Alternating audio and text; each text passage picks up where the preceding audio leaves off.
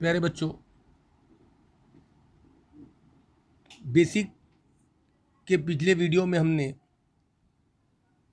जमा व तफरीक के लिए अलामतों का इस्तेमाल किस अंदाज में होता है ये देखे थे। आज हम ज़रब और तकसीम के लिए अलामतें किस तरह असरअंदाज होती है हम ये सीखेंगे। प्यारे बच्चों, ज़रब और तकसीम के लिए आप देखिए, आपके सामने जो पॉइंट नंबर 1, इसमें देखिए आप,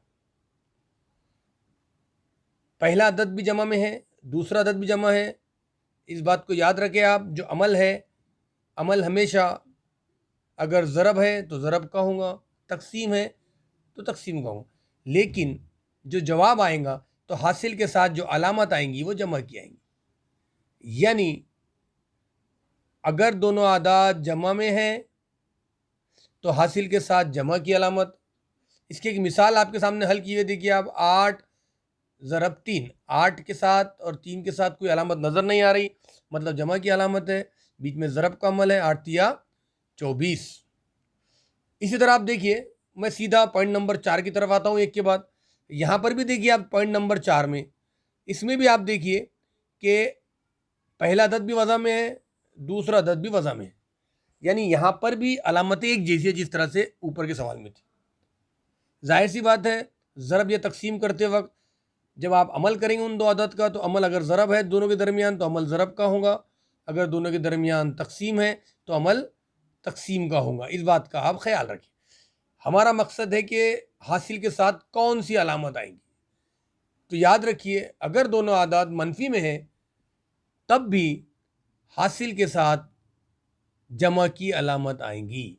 यानी एक मरतबा फिर मैं दोहरा रहा हूँ कि अगर दोनों आदाद जमा में है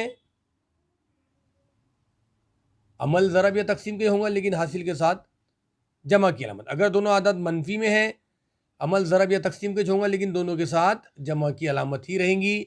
इसकी मिसालें आपके सामने, -8 ज़रब -3 बराबर 24, यानी ज़रब के अंदर वज़ा वज़ा भी जमा, इसका ख्याल रखिए आप। अब देखिए आप पॉइंट नंबर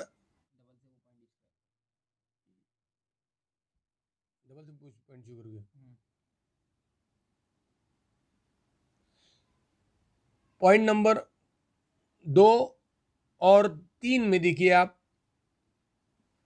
पहला अदद जमा में है, दूसरा मनफी में है।